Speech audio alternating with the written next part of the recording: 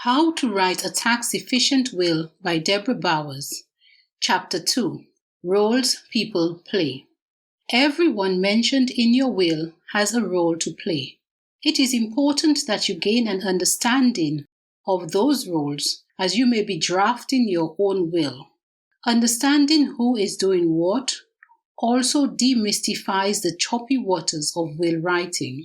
Here I have described in simple terms the main roles and given some useful tips or golden nuggets to help you on your will writing journey. Testator, Testatrix. If you are a man writing a will, you will be referred to as the testator. If you are a woman writing a will, you will be referred to as the testatrix. The plural of testator is testators, and the plural of testatrix is testatrices. But these terms are used less frequently these days, and it is acceptable to use the word testators or testator when referring to a male or female will maker. Executor, Executrix.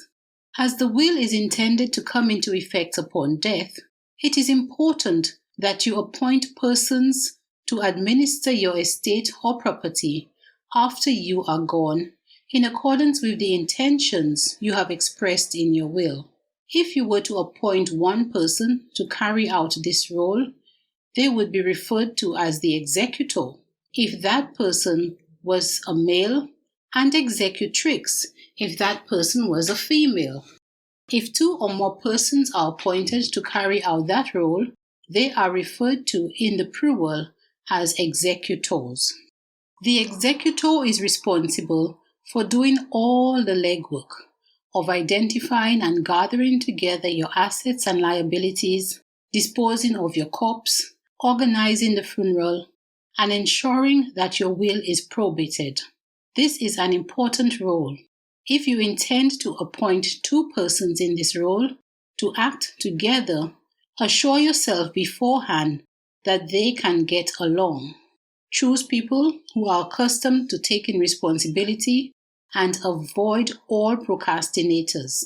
You may, however, appoint a maximum of 4 executors. Where it is necessary when drafting your will to appoint trustees, it is common to appoint as your trustees those of your executors who obtain probate of your will or different persons entirely.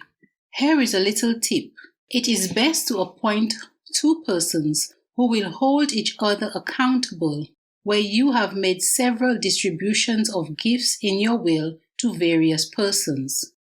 Where, however, you want to give all of your estate or property to only one person who is an adult at the time of writing your will, it is best to simply appoint that one person as your executor or executrix. Trustee Trustees. The trustees are the persons who will become the guardians of your property once the executors have completed the legwork and obtained probate. They are responsible for ensuring that the property becomes vested into the names of those to whom you left it. They are called trustees as the property is not theirs. They have only been entrusted with it to carry out your wishes. You may, however, appoint a maximum of 4 trustees. Tip: it is common practice to appoint your executors as your trustees. The same person can perform both roles. Should you wish to appoint a different person, you are free to do so. Beneficiary, beneficiaries. The person to whom you have made a gift in your will is called a beneficiary. If you were to write, I give my house, Chatwood Cottage, located at 150 Grove Road, to my son Richard Longwood, Richard would be referred to as a beneficiary in your will. When you have made gifts to several persons under the terms of your will, they will collectively be referred to as beneficiaries. Guardian, guardians.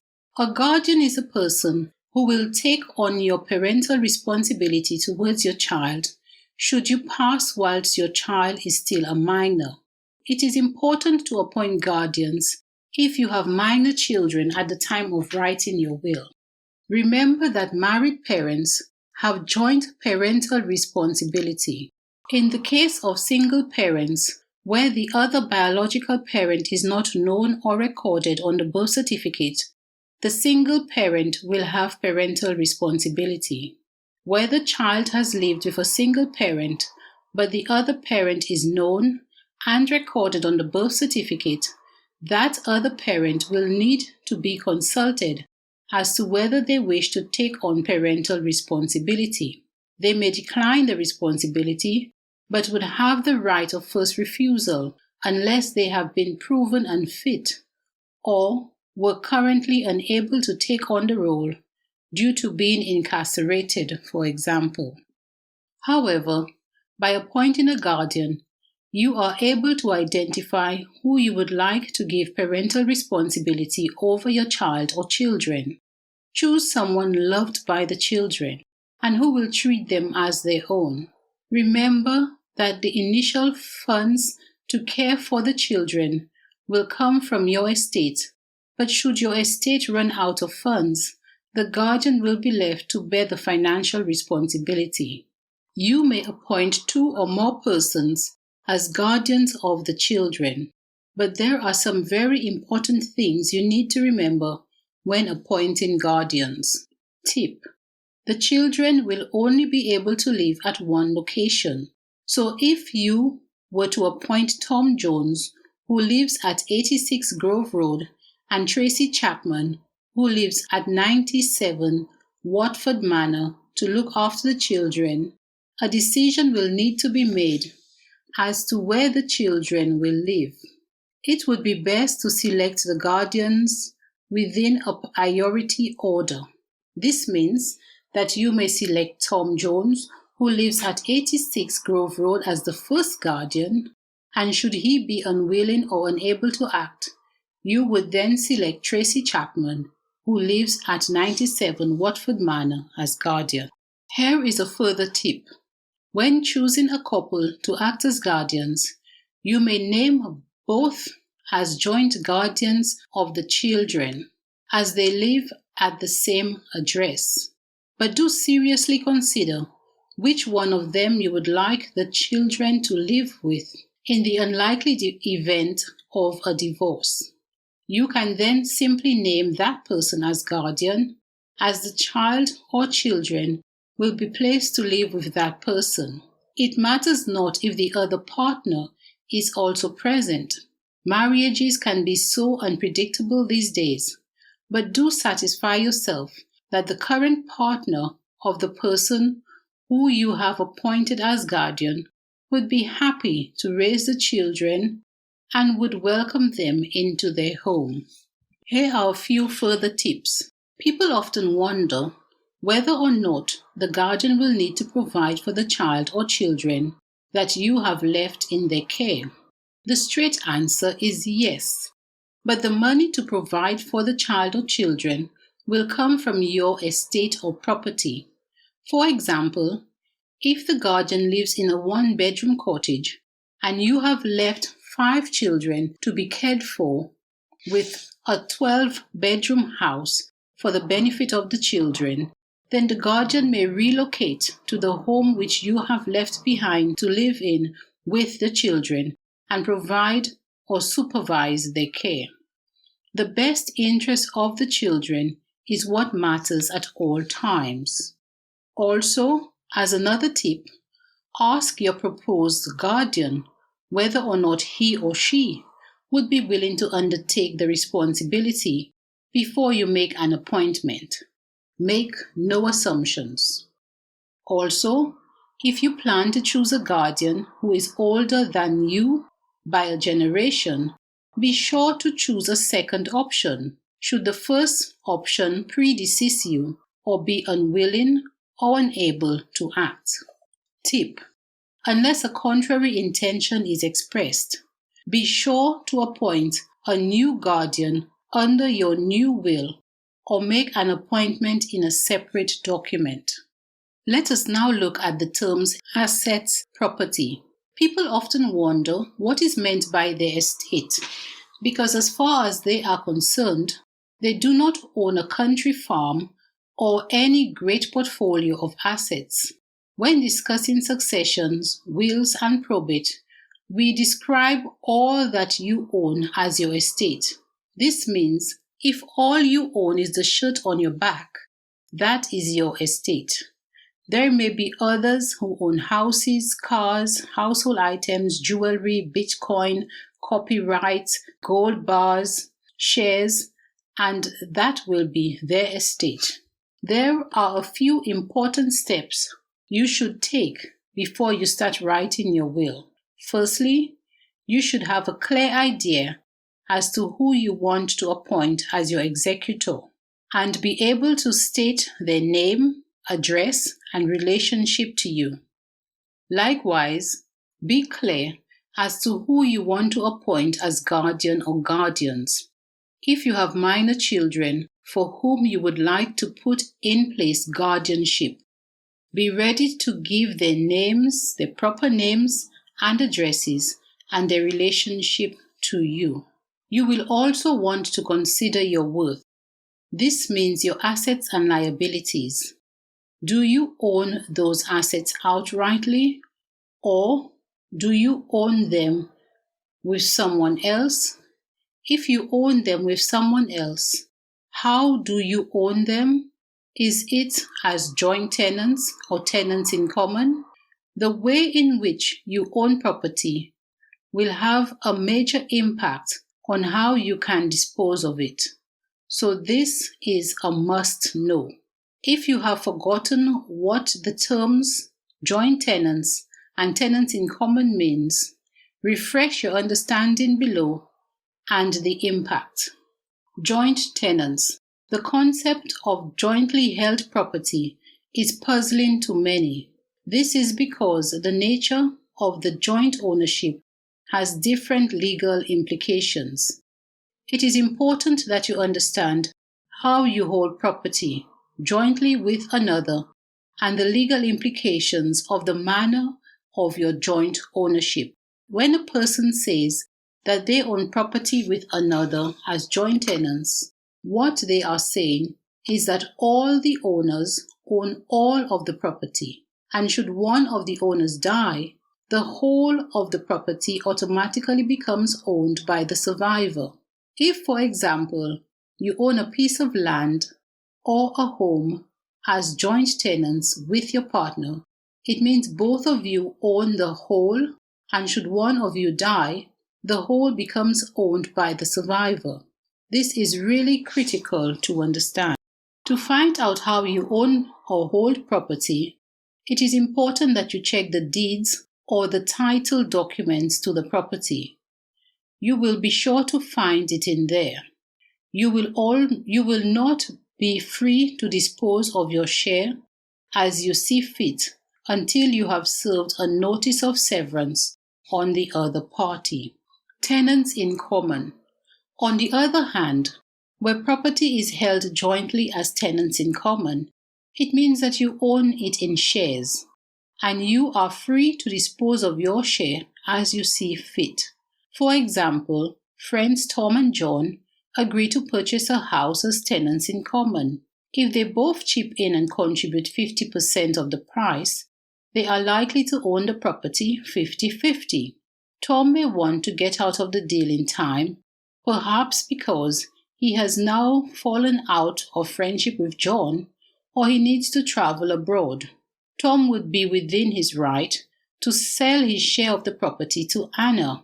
When Tom decides to write his will, he may dispose of his share as he sees fit in his will without needing to serve a notice on John. Understanding this type of ownership is therefore critical. Residue of your estate. The residue of an estate is the term used to catch any property which has inadvertently not been disposed of under the will. For example, Tom owns a car, a house, and its contents. He gives his house to John under his will and the car to Anna. However, he gives the residue of his estate to John. The fact that he gave John the house does not mean that John will automatically be entitled to the contents of the house, unless Tom has stated so specifically. However, in this case, John would still get the contents, as Tom named him as the person who would receive any property which he has not disposed of in his will. Here is a tip. The residue is anything left over which you have not gifted. Domicile. This word frightens the most seasoned will writers. It simply means your place of permanent residence. As the law of England and Wales is known for its complications, your domicile may be a domicile of origin, a domicile of dependence, or a domicile of choice. Your domicile of origin usually means the place where you were born. You may be asked about your domicile of choice, which is the place where you have decided to call home and make your permanent residence. A domicile of dependence applies to children who are dependent upon the domicile of their parents or guardian. To make matters a bit more complicated, English law also embraces the concept of habitual residence. Some of us have homes around the world, and the taxman and the courts sometimes need to take a look at where we habitually reside to determine how to apply the rules of domicile to us. A guiding light in determining domicile in the United Kingdom is whether you have actually resided in the United Kingdom for at least 17 years of the past 20 years. Let us not forget, as we read this book, how Brexit may apply. The truth is that, as Europeans leave Britain because of Brexit, they will eventually lose their domicile of choice in Britain as they return to their domiciles of origin, the places where they were born.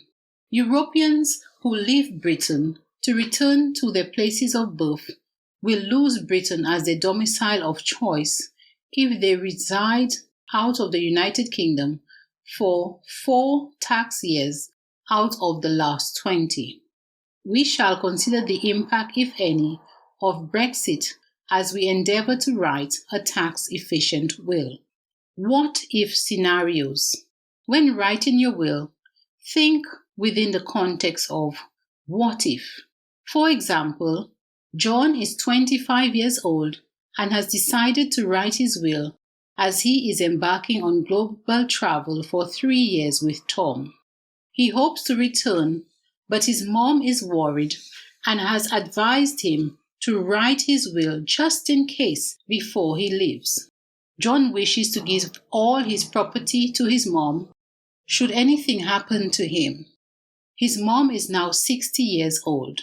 It is important for John to consider who he would give his property should his mom pass before him. John thinks long and hard and decides to give all his assets firstly to his mom, then to his cousin Jeff if she passes before him. And should Jeff pass before him, then to Jeff's son Phil. This enables John to ensure that there is always someone nominated to receive the benefit of his property should he pass. This does not provide any guarantees, but at least John has tried. In the event that they should all pass before John, or all die in the same event as him, John has named the Dogs Trust, which is a registered charity in England and Wales, to receive the residue of his estate. Hopefully the charity will outlive them all. Change. Life is about change. We start off as infants, become teenagers, and grow into adults. Our focus, status, and location changes as we move into adulthood. It is therefore important to embrace these changes and consider their impact on your will. If you have moved from being single to being married, or in a civil partnership, this change in status will have an impact on your will. If you now have 3 children or even 1 child, you need to consider the impact this will have on your will. If you own property abroad, it is critical that you understand the impact this may have on your will. The country in which you own property may have its own laws of inheritance.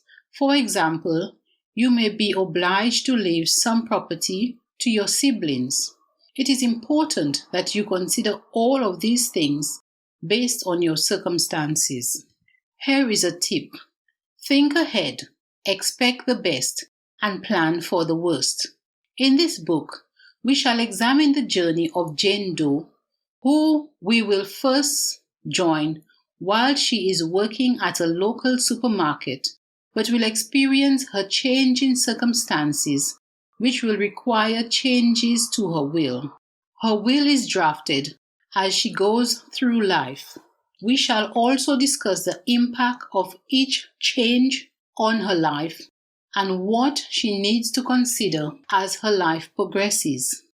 Her changing circumstances and how they affect her liability to inheritance tax will be considered. Will she be able to avoid this death tax?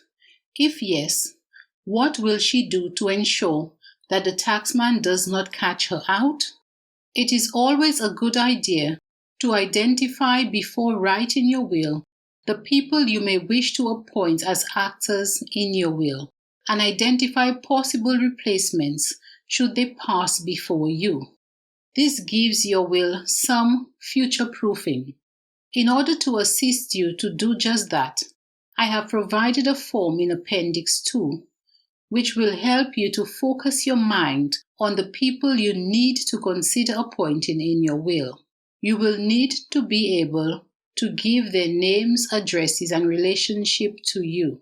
You will also need to consider their ages in the event that they are minors or less likely to outlive you. Let us now consider the issue of inheritance tax. At the date of publication of this book, inheritance tax in the United Kingdom was set at 40%. Tip: as of 2021, inheritance tax stands at 40% of your estate in excess of £325,000. Every person at death currently has a nil rate band of £325,000. This means that if your assets are worth less than £325,000, you are not liable to pay tax upon your death. In addition, married partners or those in a civil partnership may pass their property to the survivor of them free from inheritance tax. Persons are also allowed to pass a residential property to a direct descendant which qualifies as a child up to a value of £175,000. Each partner has this right. For example, Mom has £325, which is her personal allowance. Dad has £325,000, his personal allowance. Residence to son from Mom, up to a value of £175,000. Residence to son from Dad, up to a value of £175,000. Total benefit to pass to son, £1 million. Tip: private residence allowance as at 2021 stands at £175,000. Combining the personal allowance and residential property nil rate band of both parents enables parents to pass £1 million to their children tax-free. In addition to what can be passed to your children tax-free at death, in your lifetime, you may make the following gifts tax-free. Small gifts of £250 to as many different people as you wish with no consequences. Gifts to UK registered charities and charities outside the UK if they meet the same criteria to be registered as a UK charity, had they been established in the UK. Gifts of any amount are allowed once you survive 7 years.